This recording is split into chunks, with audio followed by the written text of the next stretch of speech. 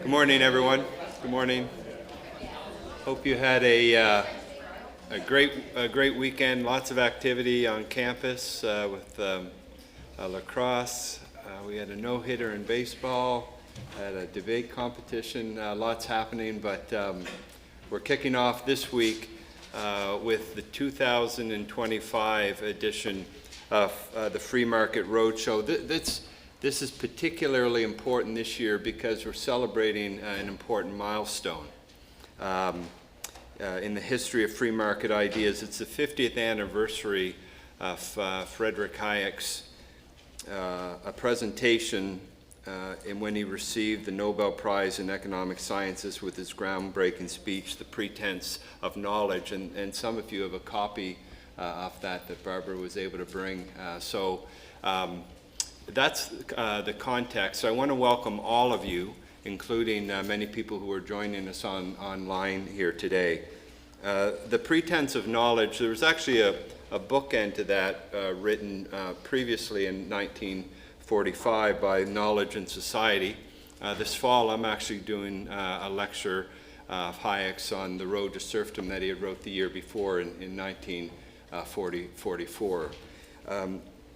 Hayek then challenged what many of us are challenging today, and this notion that you can run the economy centrally. In fact, I would break it down from Northwood, the idea that I could control all things happening at Northwood out of my office is a ridiculous notion. And imagine if you extend that to society and the economy at large. So he challenged the foundations of centralized planning and emphasized the importance of humility in policy making.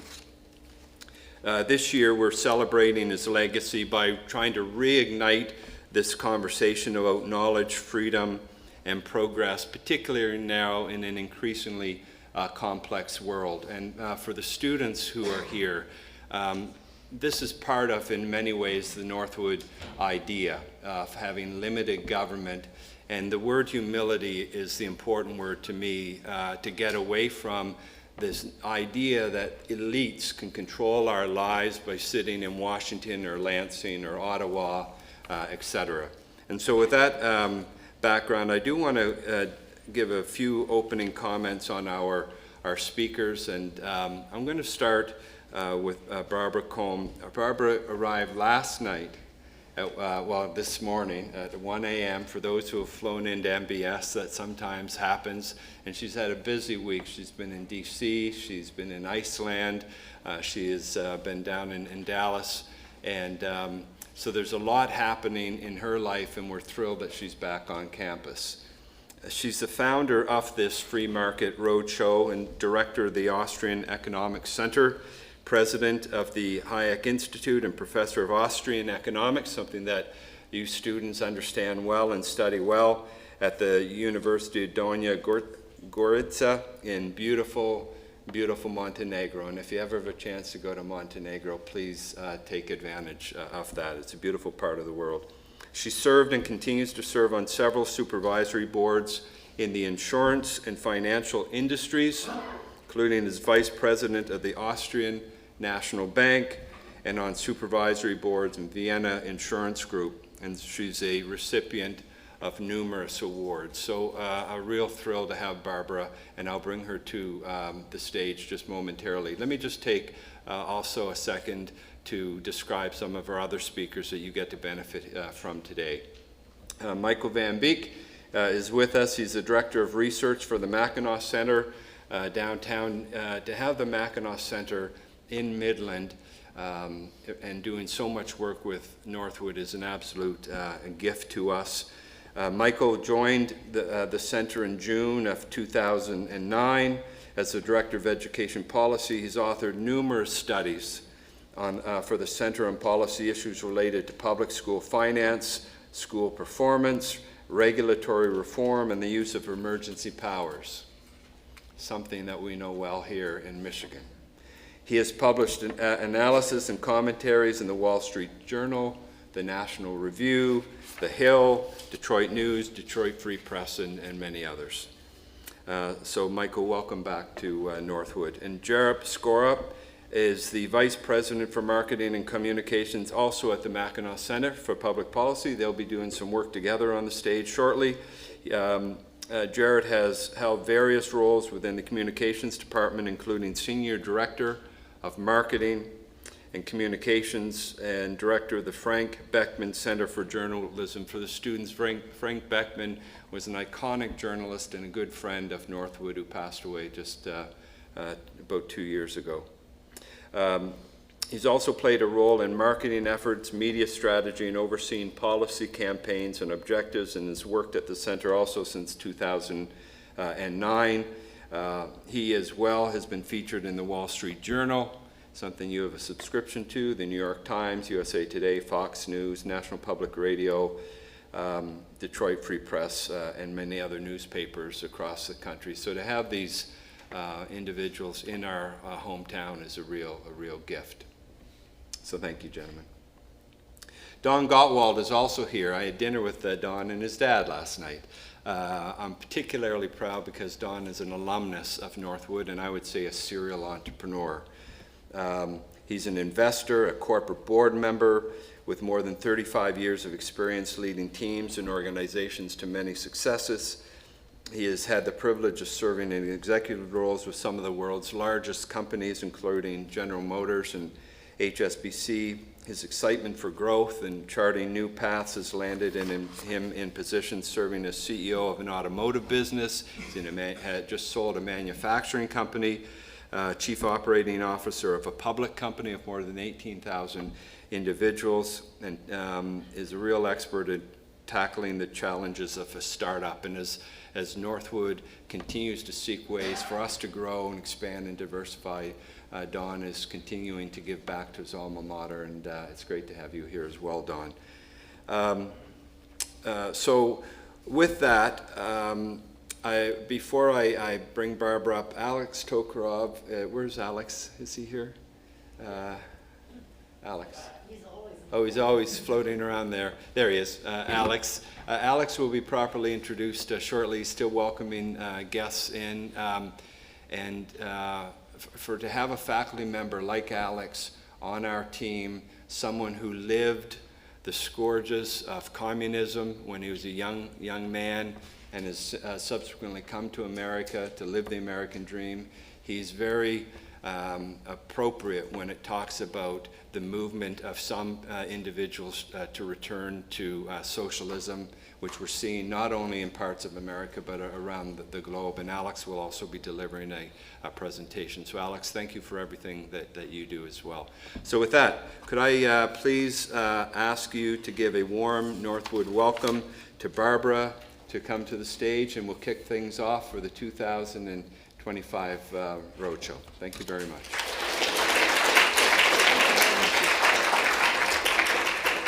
Well, thank you very much, President MacDonald. It is a pleasure and privilege to be back here in Northwood, and I have to thank the entire team for organizing, not only Alex, but the ladies here in the room who have organized and coordinated with my office in Vienna. And as President MacDonald has mentioned, we were on a tour already in the US. We are running, actually in 10 days, we're running 12 events.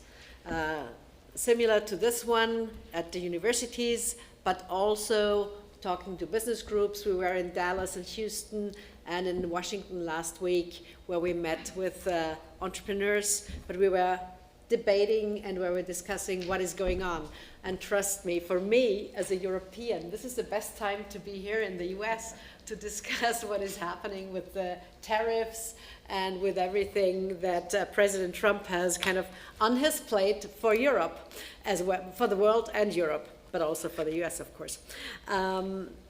And I'm not going to be, I try not to be very political. I will put it on the neutral level and always tie my points down to Austrian economics.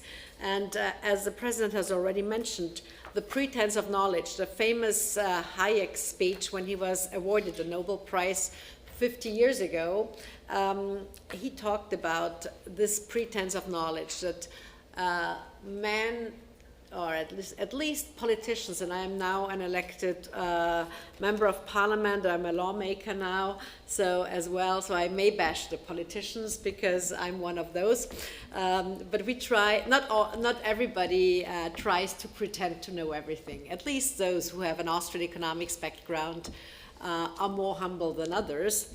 But what Hayek described in his Nobel speech, first of all, he challenged the committee by saying, you should not even have a prize for economists and award them with this Nobel Fund. And this was the first thing where he shocked them. And the second thing, and then he said, of course, I of course take the money.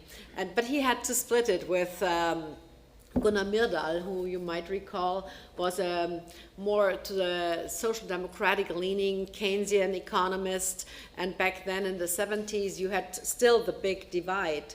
On the one hand you had big government that is handing out money to everything and everybody from cradle to grave, and then you had people like in the 70s, Ronald Reagan and Thatcher, early 80s as well, who said, hey, we need to look at the size of government, we need to put spending caps, we need to look into where the taxpayers' money go, who were literally speaking up and saying, hey, the money we are redistributing is your money. It's the taxpayers' money that has to be earned before. And so Hayek was very critical about also the so-called knowledge and pretense of knowledge of politicians and the decision makers, because he said, first of all, there's no such thing as full information, and second, we cannot, as President MacDonald said, centrally plan. I mean, it does not work. It's also how is knowledge being created in society, and if you look at those this literature and those articles, you will understand where Hayek comes from. He's all from the individualism, from this idea that the individual knows better than anonymous government or politicians, than all those central planners. And being a European, I'm now talking about Trump's impact on EU policies and this inside scoop. And trust me, we have come in Europe a long way from this original idea of the European Union. It was kind of a free trade zone. It was maximum after World War II. It was the coal and steel union where we were still able to rebuild Europe after the destructions of the war. And when we decided, well, let's collaborate, let's divide in the very Austrian sense, let's divide labor and collaborate and make sure to rebuild this country and have peace, ongoing peace. Unfortunately, this plan did not work out. You might recall we had the Balkan Wars in the late 90s and the early 2000s, which already destroyed part of the South Balkans, Croatia, Serbia, Slovenia, Montenegro, and also Kosovo especially. So there were stretches already then, but still the European Union constantly grew, and we are now 26 member states because Britain has left. As you know, Brexit happened a couple of years ago, but it's still one union with a currency, a joint currency, the EU, the euro, that is not shared by all member states yet. There are many countries that have been there from the very beginning, like the Scandinavians who have never joined the Eurozone. However, Croatia, just as the most recent member who joined the Eurozone as of last year, January 1st, 2024. And there are other countries like Bulgaria, Romania, Poland, who are definitely not in the Eurozone yet. At the beginning, it was this idea of having this so-called Maastricht criteria, which is 3% of GDP. So debt levels must not be higher than 3% of GDP. And most of the countries did not meet that. And by the way, my home country, Austria, we're having a huge scandal at home right now with our deficit, will not meet those criteria anymore. But many of the European countries are out of this criteria because they will not meet the targets. So I'm just giving you a little bit of background. And what I would like to discuss with you today is where does, especially President Trump, meet us, hit the Europeans or make them rethink things. The first one would be in geopolitics, the recalibrating alliances, the shifting of globalism. You might recall the famous, well, for us in Europe, it's a famous talk, and I'm sure for you too, J.D. Vance's talk at the Munich Security Conference in earlier this year in February. It was an outrage for many European leaders. For me personally, I think he just simply showed us the mirror and said, hey guys, look at your values. Look where have you come from, where are you headed, and be careful and do your homework finally. And some of the European leaders didn't take this positive because they said, oh God, somebody is openly criticizing us. So this was a thing that they didn't take well, but I will go into detail a little bit later. Then I will cover trade and tariffs, and trust me, these are the most interesting times for an economist, but also for a business person, because you have to constantly adjust and recalibrate the way of what you operate and your operations. Then the next topic that I would like to cover is the one-size-fits-all policies when it comes to regulation, deregulation, those diverging roads, for us, it's does the empire strike back on the one hand, but not the empire here in the US, but does the empire from Brussels, the central planned Brussels, the big hydra that is now in place in Brussels, how will they match the challenges? And then for me, as a former central banker, monetary policy. And the entire central banking tensions that we see, all those debt levels, all those tools that we create. For example, I'll just give you two things right now, but we will go into detail.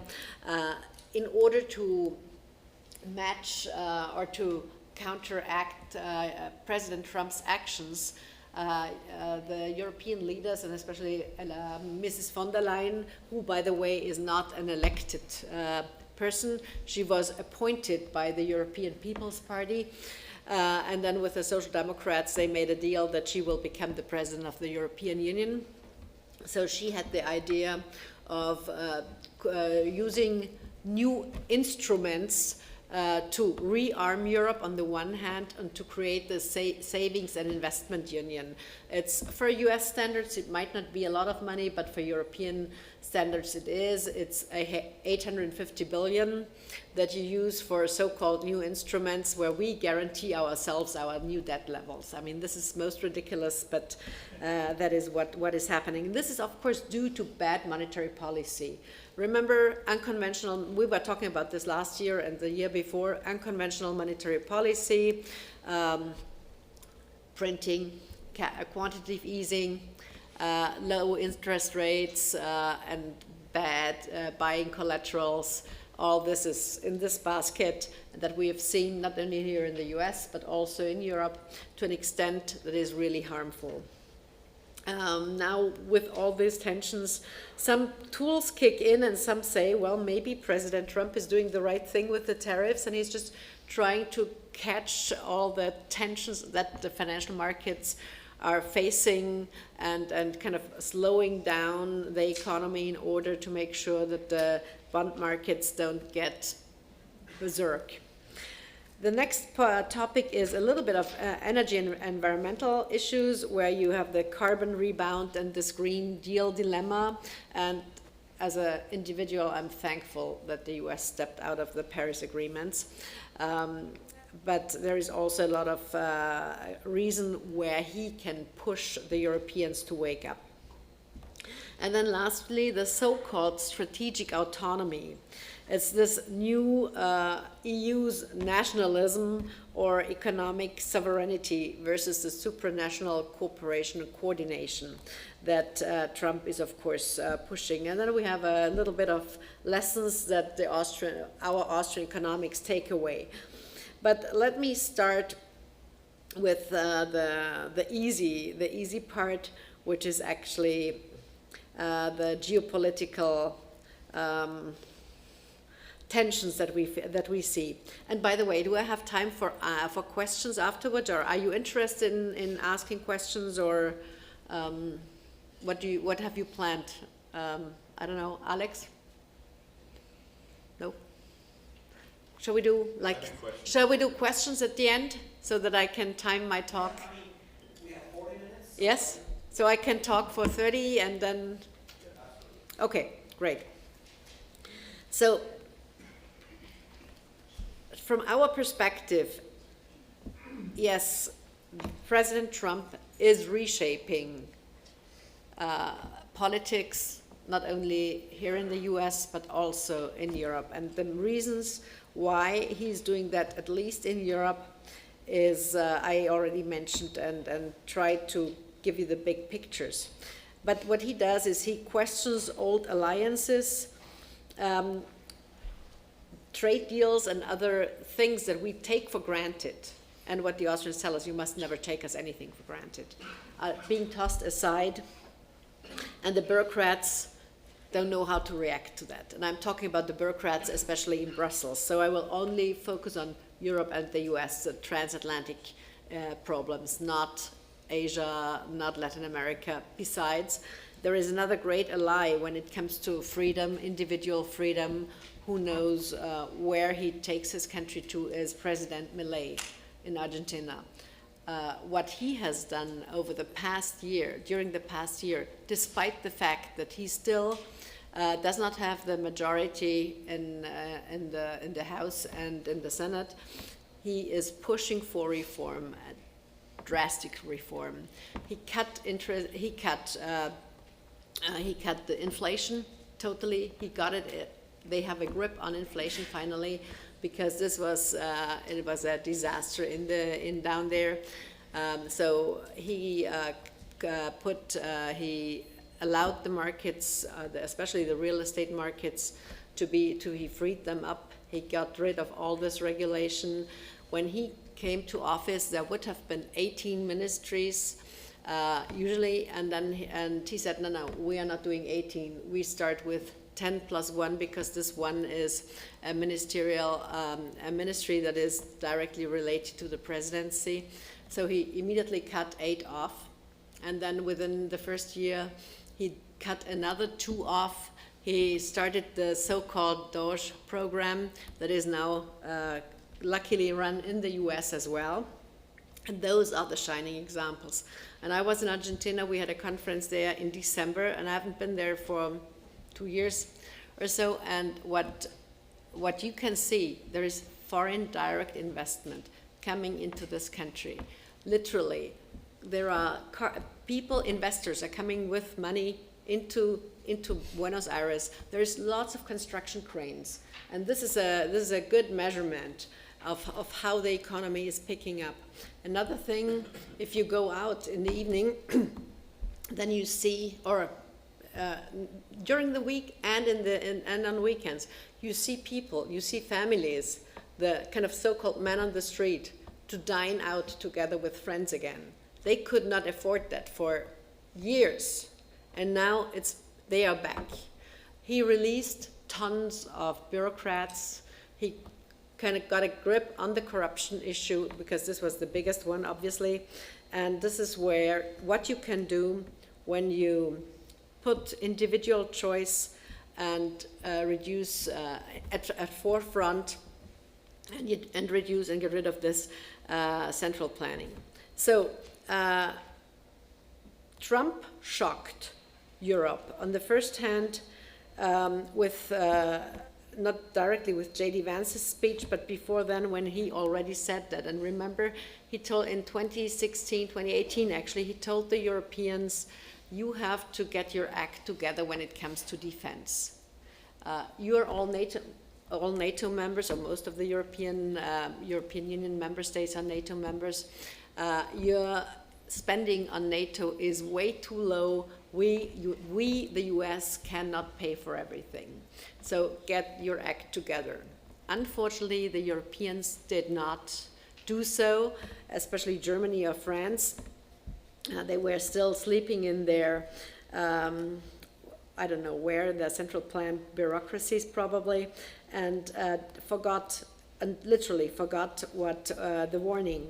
And now, after 3 years of the war in Ukraine, it is more or less too late. I mean, we have now learn that we cannot, that the US is taking America first action, and that we cannot take it for granted to have an ally that would constantly make sure and will be the police and the safeguard of the world.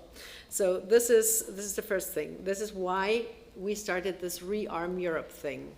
This Rearm Europe is a program that all of a sudden, in addition to the collaterals and to the debt that we have already in Europe risen, is 850 billion. It's a special program where we set aside our old rules and regulations, which means our deficit, our spending and deficit levels will be totally forgotten because it's an extraordinary program. I mean, this is just an excuse. Instead of cutting on welfare and cutting on all those migration issues. So the biggest three threats to Europe are, first, one size fits all, central planning. The second is migration without integration. And we're not talking about migration, having a Canadian plumber going to, say, Midland and work here, or a Mexican engineer to work in whatever BMW construction site or whatever. But we're talking about mass migration of Afghanis, Syrians, Maghreb zone people who are just welfare tourists. Because we in Europe run our welfare states and programs in a way that people don't get, people get cash in their hands and are supported for everything, whether it's housing, whether it's schools, whether it's healthcare, social security. As soon as you're a so-called refugee, and you're coming into Europe, into most of the European countries, there's one great example that is not falling into this trap, which is Hungary. And President Orban is constantly criticized by Brussels and by many other big welfare states, Germany, France, Spain, for being so critical and for not giving handouts and not opening his country. But we can see that in Vienna. For example, in Vienna, schools, German, as in the majority of Viennese schools, unless it's private schools, German is not spoken there anymore, neither understood. So what does a teacher, an Austrian teacher, do? How can he teach people, kids, read and write if there is no common language? And there are options and opportunities for people to integrate and to do that, but there is no desire to do so. So we have a huge tension, and this is not only true for Austria. I could just give you this example because it's firsthand, but we have the same issues in Germany, and we have the same issues in France and or Italy and other countries. So we have not tackled this problem, and it will be a big problem for us because our welfare states function only if contributions by the taxpayers are made and people pay into the system. You have to understand, in average, at least 1/3 of the budget of Germany, Austrian, or Western welfare states is just provided for social security and healthcare. Another third is provided for pension, for our pay-as-you-go system. So there is only 1/3 left that you could invest in infrastructure, education, defense, etc. This is not much. So the levy is literally not existing.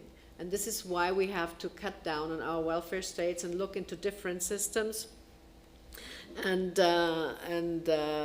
stop this overspending. And don't get me wrong, and this is also very Hayekian, we are there, we as individuals are there to help other people who cannot help themselves. But the original idea is to do this from the family and from the small groups, from the local communities, and not from top down, but rather from bottom up. And this is where the support comes in.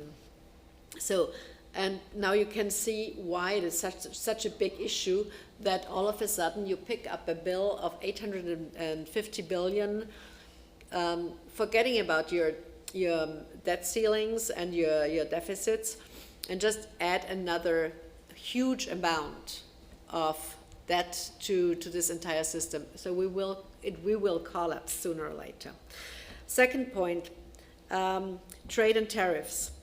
So as an Austrian economist, I personally am a zero tariff person. I believe in unilateral free trade. This were the ideal world. However, we don't live in an ideal world. So let's look at the Austrian economics arguments on tariffs. So Ludwig von Mises, who I don't have to remind you who he was, I think, in this campus, he says tariffs disrupt the international division of labor. He also says tariffs work always just for special interest groups and thus are not efficient. Hayek says tariffs are a form of central planning that distorts markets, single, and thus are not efficient. So increased government control leads to a reduction of freedom. And then Murray Rothbard argues that tariffs are a violation of property rights. Tariffs are an indirect tax. So those are the arguments of some Austrians.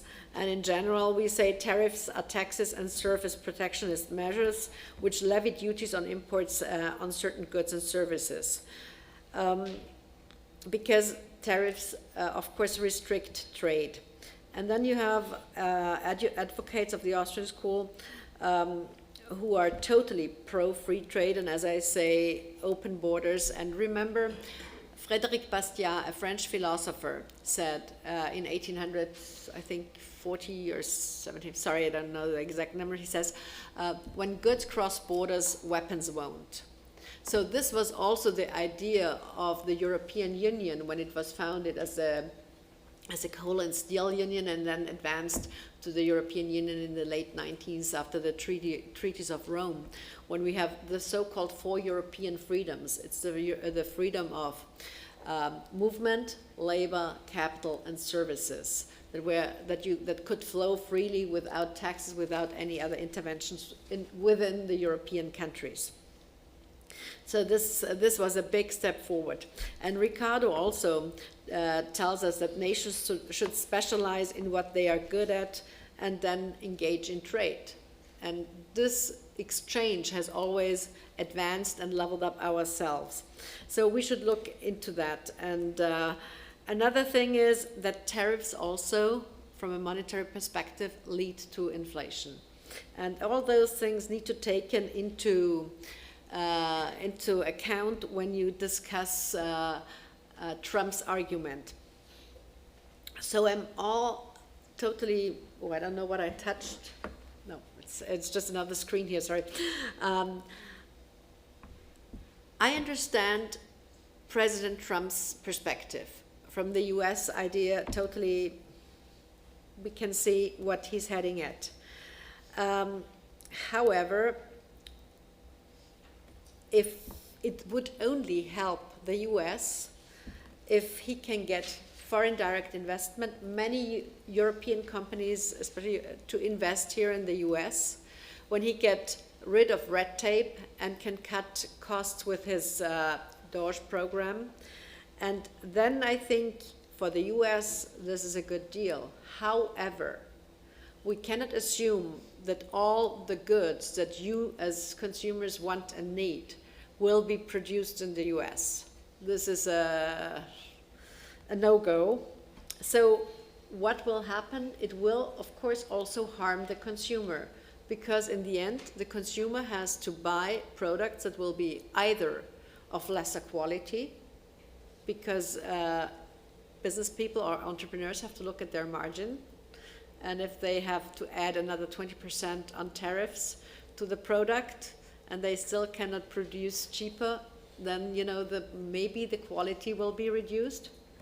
This is one thing. Or the other thing, the products that are being imported are too high, will be too costly and not affordable. So in the end, I think tariffs are not a good idea. However, and let's just briefly go into the goals that Trump's might have had. So decrease of the trade deficit, implement fair trade and conditions with other countries, using tariffs to enforce other policies such as migration and the drug policies. And I think he was very smart on that at the very beginning when he pointed that out, especially to the Latin American countries. And then the repatriation of production to the US. You can also check the boxes, but use tariffs to reestablish equal and fair trade conditions with its trading partners. And I, as an individual, truly hope that this is the big goal behind it, and that there was a good reason why Vance mentioned a zero tariffs agreement when he was talking with President Meloni, the Italian president, and a couple of others. So this is one thing, but what we saw last week was that the big picture behind it might be the urgency of fiscal action here in the US. That is why he put the tariffs idea on the plate, either to distract or second, in order to come in by the back door and make sure that the markets would not rally up. The fund managers were immediately reacting to his announcements. The markets dropped, and especially the markets for government bonds was reacting. So this is a very critical role, and I think many people underestimate the role of those bond markets. Stock markets are seen as the first measure, the first measurement, and then when you judge. But I think bond markets and the yields those are the core issues, and that these have to be followed. So volatility is there now, and we need to take that into account. I think trust is so important on financial markets. Without trust, financial markets don't work. And if this trust issue is not in balance, then markets go up and down and are unstable. And that is why one has to be so careful about it. So maybe he was overstepping on that a little bit, but I think he still did a good job. Then regulation, quickly. Dodge, from a libertarian Austrian perspective, best thing ever. I think this is, if he gets this into Senate bills, so that the 25, that in 2025 he can also cut those costs, this will be optimal. Rand Paul has worked diligently on that. So in Europe, we respond with a so-called omnibus package on that front. And the omnibus package is directed into the big tech and ESG standards. And because we were the first ones in Europe to literally burden enterprises with SDG and ESG reporting. We were same thing as on the financial side, Basel I, Basel II, Basel III, Basel IV. We in Europe, we just overdo it. We just take the regulation so important that we just over-regulate. So the omnibus package is looking at this side. However, it will not help the small and medium-sized companies in Europe. If you look, 90% of them of our European enterprises are small and medium-sized, maximum 250, 300 employers. And even though the majority has even less. And but they are the ones with the most turnout and people who are hired, 90%. So those enterprises will still look into that. God, I'm too slow. So I skipped the energy issue, whereas here Trump was totally right, and I'm glad that he left the Paris agreements and that he is going into coal and into classic forms of energy, and that he's stepping the Europeans again on the toes, because our global supply chain distortion worsened the competitiveness on this energy issue as well. So last but not least, EU's new nationalism or economic sovereignty. As I said, the EU politicians and bureaucrats, and we have, just to give an example, 13,000 legal programs came out of Brussels in the last 5 years. And each and every company has to comply to those. And it's super complicated. So this central planning does not work. We've seen it. We were told, we've again always warned against it, but it didn't work out. So what is Trump doing? He's a catalyst. He's showing us, wake up, forget about these old models of the late 40s, 50s, because, and there is a publication by Bruce Caldwell from out of in Liberty Fund, where he looks at articles and by Hayek, and it's called Socialism and War. And if you look at those articles, they are from the early 1920s. Remember the boom and bust cycles? Then Hoover and Roosevelt administration, with all the money that has been injected into the state and into the markets, and then the high unemployment rates. And then he was arguing his arguments with Keynes in the late 30s, early 40s that he had in London. And then the consequences thereof, this Keynesian economics, the boom and bust cycles against or Hayek's theory of boom and bust against this constant injection of money into the industry is a great argument, and it looks really good at. So what would the Austrians do? Markets adjust, end of tariffs, embrace entrepreneurial freedom and competition, and decentralize. So I think this is what Trump has shown us in Europe, and that we as Europeans can only hope that our politicians will pick up on that. And if that happens, then he will be the best president ever in the history books. If he fails on the tariff issue and your economy goes down, then it will be very difficult. So we do live in interesting times, and again, as Austrian economists, we are very positive, and I hope it works out well for all of us. So sorry, I have been speaking for 34 minutes, way too long. One last reminder, the booklet here, is here for at least the best students of you, either because you're the fastest runners or you give the best questions to all the other speakers as well. So, Alex.